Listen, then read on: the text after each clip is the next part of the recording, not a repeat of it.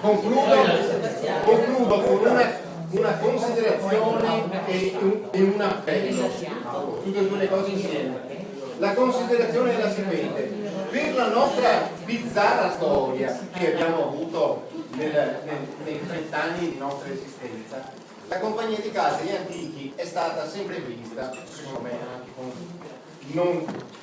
anche a ragione, come un'associazione estremamente elitaria, classista e anche chiusa nei confronti degli altri, e una specie di elite orgogliosa della sua esistenza. Su questo sono d'accordo, cioè noi siamo un'elite orgogliosa della propria esistenza. Non è vero però che siamo chiusi agli altri, noi siamo sempre stati molto aperti, ma come diceva il conte Émile Targhetta de Gréoux d'Audriffet, non sono io a considerarmi superiore, sono loro ad essere inferiori. E questo ha ingenerato un equivoco nella storia della compagnia di calze Gli Antichi, perché dopo aver fatto le due piazze delle Meraviglie nel 1992 e nel 1993, quelli che sono venuti dopo di noi hanno fatto delle schifezze ignobili, hanno portato anche le tende delle Cesoli in piazza San Marco. E allora, voglio dire, però, e noi ci siamo tirati fuori perché non volevamo accettare di partecipare a questa ignobile schifezza. E siamo stati sempre considerati orgogliosi. È vero che siamo orgogliosi, e siamo anche superbi, però non è vero che noi non siamo aperti alle intelligenze altrui. Noi vogliamo le intelligenze altrui,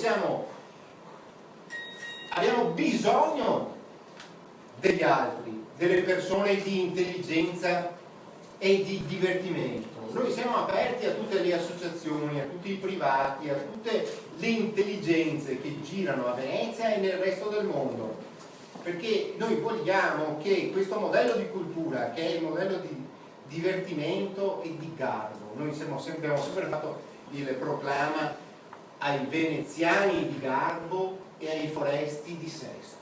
Noi non vogliamo il pubblico di massa, noi vogliamo, non perché la massa, noi siamo elitari, ma perché la massa è diventata una schifezza.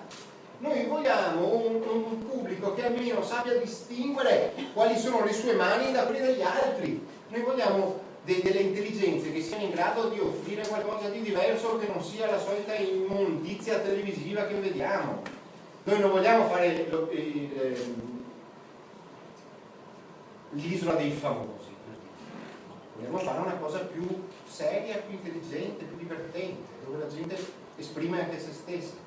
Per cui la compagnia di calza, con il progetto Il Ciclo degli Antichi, vuole sfatare, liberarsi da questa antica visione che gli altri hanno di noi elitaria, vuole dimostrare invece di essere un motore per la città e per la cultura europea, di persone che hanno voglia di fare e di creare delle cose. Noi siamo aperti a tutte le altre associazioni veneziane e non solo veneziane, che abbiano voglia e desiderio di confrontare le loro idee con le nostre e vogliono partecipare a questo progetto visionario di cultura e di divertimento.